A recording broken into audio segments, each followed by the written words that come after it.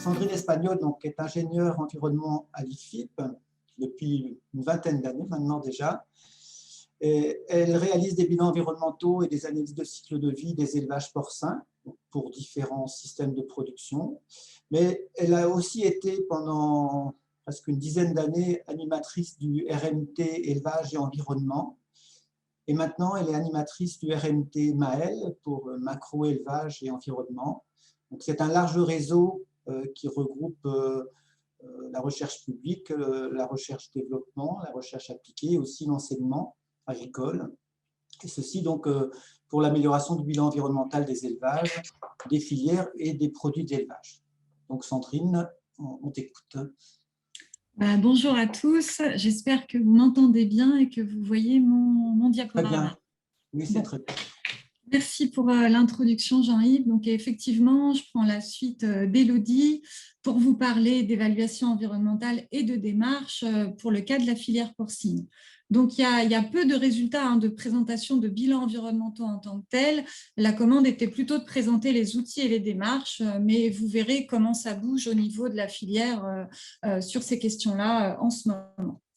Donc, j'ai prévu de développer tout d'abord un panorama de qu'est-ce qu'on fait des bilans environnementaux aujourd'hui en porc, d'ensuite vous présenter deux outils fédérateurs dans notre filière, dans le prolongement de la présentation d'Élodie Agribalise et de l'outil spécifique à la filière porcine JIP.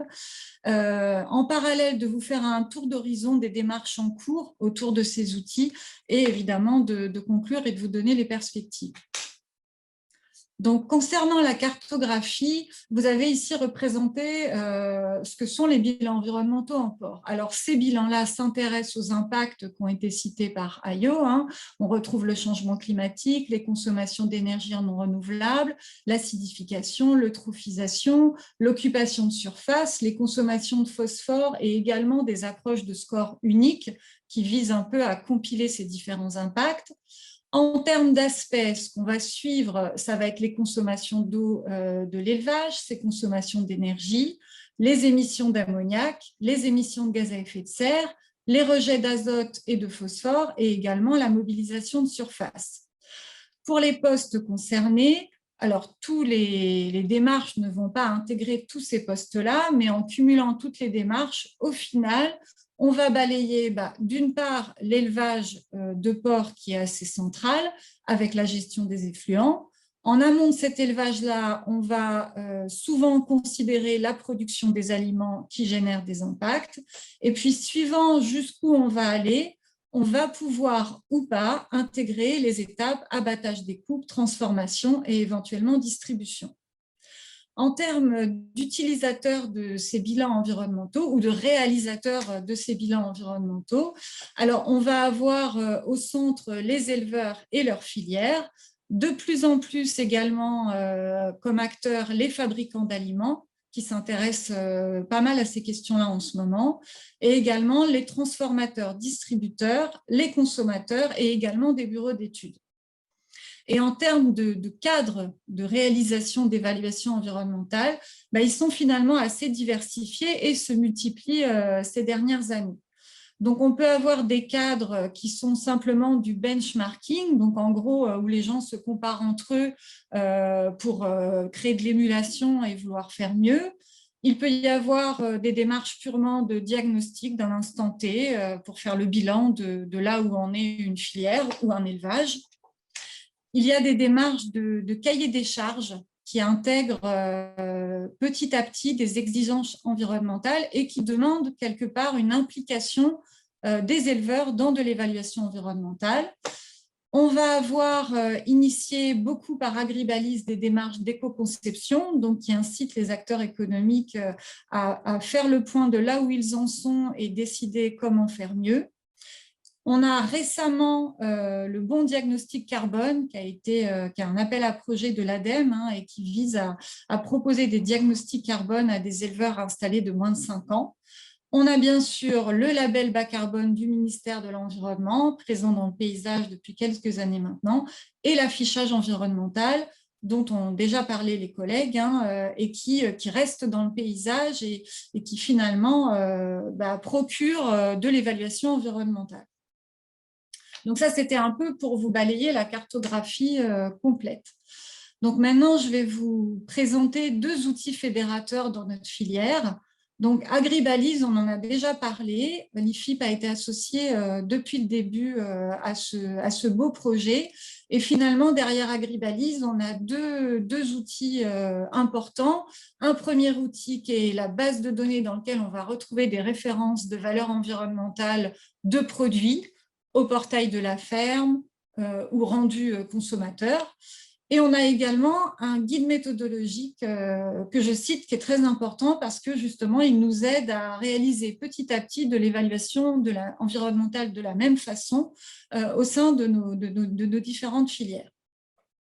Alors, qu'est-ce qu'il y a concernant le porc dans Agribalise? Alors, toutes ces données-là sont apparues petit à petit avec 3 dates importantes. Une première en 2013 où la base de données Agribalise a regroupé des données au portail de la ferme de produits porcins. Alors, soit des données moyennes nationales avec 3 types de production, un porc conventionnel, un porc fermier label rouge et un porc biologique. Donc, ces 3 types de produits sont toujours présents dans Agribalise. Et il y a également eu de produits à l'époque, des K-types, qui étaient là plus pour illustrer des profils différents d'élevage porcin. En 2019, ces données-là ont été complétées de K-types en production biologique qui venaient éclairer des cas d'élevage réels pour montrer les différences de mise en œuvre de la production biologique en porc. Et puis plus récemment, ça a été cité par Élodie, hein, on trouve, tout comme pour les produits volailles, hein, des produits porcins, où là on va plutôt retrouver des produits de consommation, donc côte de porc, rôti de porc, jambon cuit, jambon sec, rillettes, saucisson. Donc sur ce dernier format de produits de consommation, vous pouvez trouver tous les résultats de tous les produits, et notamment des produits porcins, sur le site de l'ADEME. Et donc, je vous ai mis 2 exemples, hein. Par exemple, le porc rôti cru. Donc, vous avez un score environnemental qui globalise plusieurs impacts environnementaux, hein. Vous avez également le détail du changement climatique. Donc, ces 2 indicateurs étant exprimés par kilo de produit. Pardon. Et puis, vous avez aussi la contribution des différentes étapes. Donc, ce que vous allez retrouver pour tous les produits porcins et pour beaucoup de produits, hein, c'est que l'étape agricole, donc la partie qui se passe au niveau de nos élevages, est l'étape principale qui va générer le plus d'impact et sur laquelle il faut travailler en priorité. Donc, autre exemple, hein, pour le jambon de Bayonne. Donc, vous voyez un score qui a un petit peu monté par rapport au précédent. Ceci vient du fait qu'il y a une étape de déshydratation, hein, pour fournir ce produit-là. Et donc, comme on perd de l'eau, quelque part, on va concentrer les impacts environnementaux sur une plus petite quantité de produits. Donc, c'est pour ça qu'on peut avoir une différence entre les différents produits porcins.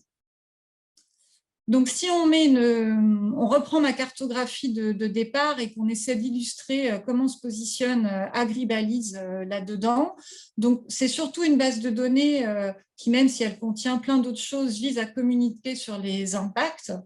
Vous voyez que dans son format actuel, elle couvre toutes les étapes de production du porc en partant de la production des aliments et en allant jusqu'à des produits prêts à consommer. Concernant les personnes qui s'y intéressent, c'est surtout la filière qui va aller regarder les différentes valeurs des produits porcins et essayer de les comprendre. Les transformateurs, eux également, vont s'intéresser à ces valeurs parce qu'ils pourraient avoir des process qui conduisent à des impacts un peu différents, donc ils les regardent de près. Et bien entendu, j'ai mis les consommateurs puisque toutes ces valeurs-là sont quelque part destinées à ces consommateurs. Et ils vont petit à petit accéder à ces valeurs par des applications, hein, qui voient le jour et qui vont reprendre ces valeurs. Et donc, finalement, les 2 cadres principaux d'utilisation de cette base de données, ça va être dans le cadre de l'affichage et également dans le cadre de l'éco-conception pour les filières qui vont vouloir faire une évaluation propre de leur process. Donc, en lien avec Agribalise, il y a également un jeu de données qui a été produit en 2016 et qui a fait un focus sur les matières premières alimentaires utilisées en alimentation animale.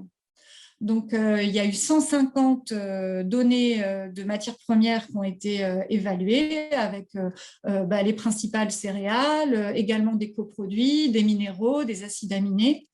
Et donc, toutes ces données-là, on va retrouver à la fois des données moyennes, donc un blé français, par exemple, et on va retrouver aussi des données spécifiques, donc un blé fertilisé avec de l'organique, un blé produit dans une rotation avec légumineuse ou avec culture intermédiaire piège à nitrate. Donc, j'ai fait un focus sur ces données-là parce qu'elles sont une livraison à proprement parler de la dynamique Agribalise, et elles sont utilisées en tant que telles. Donc, si on reprend la cartographie, donc ce sont toujours des données qui s'intéressent principalement à l'impact. Par contre, elles sont focalisées sur le poste matières premières alimentaires, et en plus de la base de données Agribalise, elles ont deux autres formats de diffusion. Un format Excel qui a été téléchargé plus de 300 fois et majoritairement par des acteurs de l'alimentation animale, et également une brochure qui présente les impacts et les itinéraires associés. Ce sont les deux mêmes cadres d'utilisation. Donc, ces données-là sont connues des fabricants d'aliments et les choses bougent à leur niveau. Il y a d'abord une charte Duralim qui a été définie et qui finalement définit un programme d'amélioration de l'alimentation animale pour aller vers plus de durabilité. Et dans cette question de la durabilité se posent des questions d'impact environnementaux de l'alimentation animale. Donc, les données sont utilisées dans ce cadre. Et il y a, alors c'est pas exhaustif, c'est un exemple aussi. Là, vous voyez Mix Science qui a conçu un logiciel de formulation, donc qui aide les fabricants d'aliments à définir ce qui va rentrer dans l'aliment. Et ce logiciel, il prend en compte le prix des matières premières comme préalablement. Il intègre aussi les caractéristiques nutritionnelles des matières premières pour répondre aux besoins des animaux, et il intègre aussi les impacts environnementaux des matières premières. Donc, l'objectif, c'est vraiment d'aller vers une production d'éco-aliments. Donc ça, c'était le premier moteur de mouvement autour de l'environnement dans la filière porcine. Le deuxième, c'est l'outil GIP. Alors, GIP pour gestion environnementale des élevages porcins. Donc, c'est un outil qui a été conçu par l'IFIP avec une collaboration de la filière et d'une centaine d'éleveurs qui est né en 2014. Il a comme particularité qu'il est connecté à notre base nationale sur les performances techniques des élevages porcins, donc base de données qui est renseignée à peu près par la moitié des élevages. Cet outil vise à évaluer les performances environnementales de l'atelier porcin et il est destiné à créer de la référence collective et à aider chaque éleveur à se positionner, lui, par rapport à l'ensemble des autres éleveurs. L'objectif étant de lui donner envie de faire mieux. En termes de déploiement, il y a 550 environ éleveurs inscrits à ce jour sur l'outil. Il y a eu plus de 700 diagnostics de réalisés, certains éleveurs réalisant ces diagnostics régulièrement. Et il y a une petite centaine de conseillers qui ont été formés en France de près de 40 structures différentes et qui sont là pour accompagner les éleveurs dans l'utilisation de cet outil. Donc, cet outil, il propose le calcul de 9 indicateurs que vous avez ici renseignés. Ce ne sont que des indicateurs quantitatifs. Un seul des indicateurs est sur le format analyse de cycle de vie au sens où il va intégrer la production des aliments et la partie élevage. C'est celui qui s'intéresse aux gaz à effet de serre. Tous les autres indicateurs sont focalisés sur l'atelier porcin. Donc, c'est quand même de l'évaluation environnementale, mais c'est sur un périmètre plus restreint. Et nous avons fait ce choix à l'époque, car c'est à ce niveau que l'éleveur a les leviers principaux pour faire mieux Et donc, on voulait avancer progressivement vers une assimilation et une appropriation de la thématique environnementale. Donc, si on fait une cartographie de cet outil JIP, en termes d'impact, il ne va considérer que le changement climatique, et en termes d'aspect, il va prendre en compte l'eau, l'énergie, l'ammoniac, l'azote et le phosphore, en plus des gaz à effet de serre. Et les déchets aussi, que j'ai oublié de faire figurer. Pour le changement climatique, ça intègre l'aliment, mais sinon, pour tous les autres, on est concentré sur la partie atelier porcin.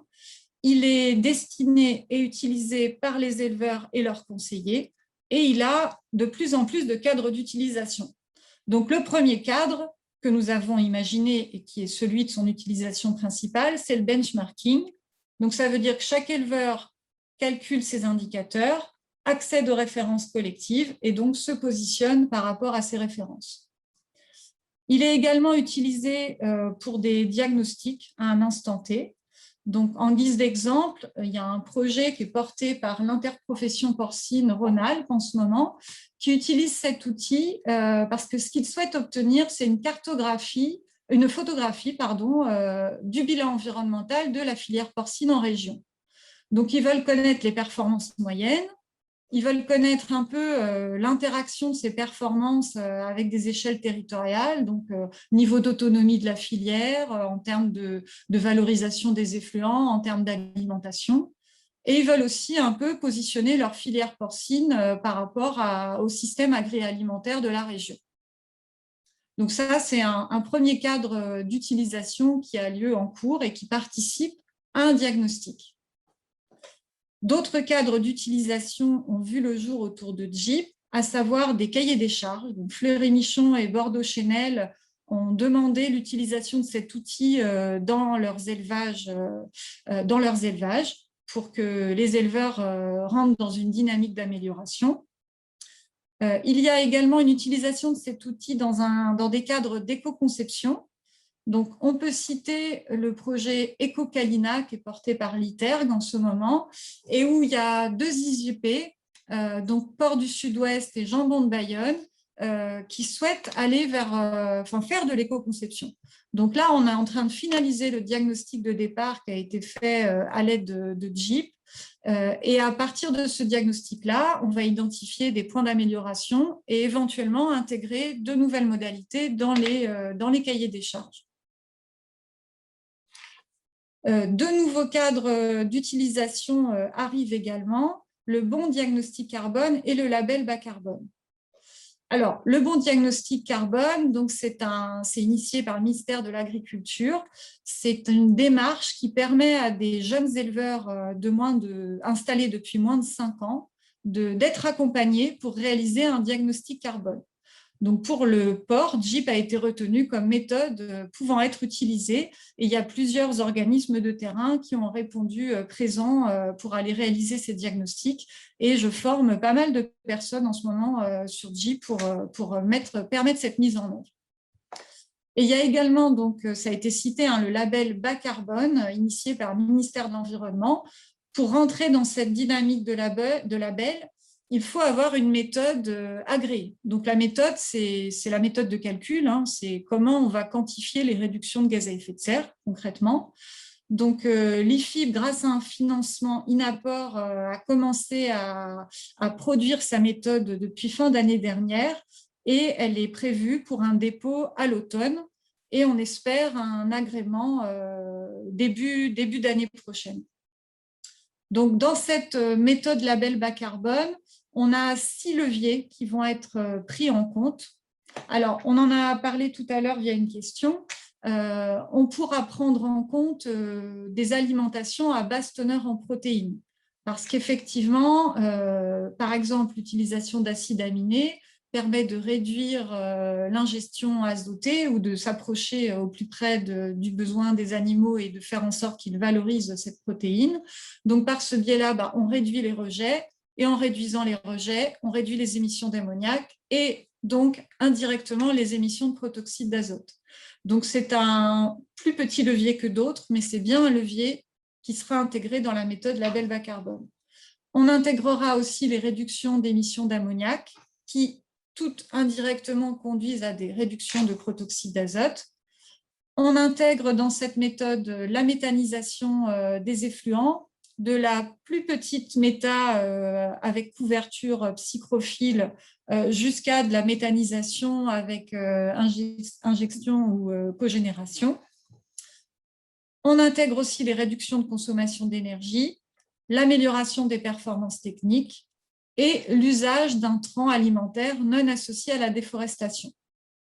Donc, pour vous donner une idée du potentiel de réduction en port,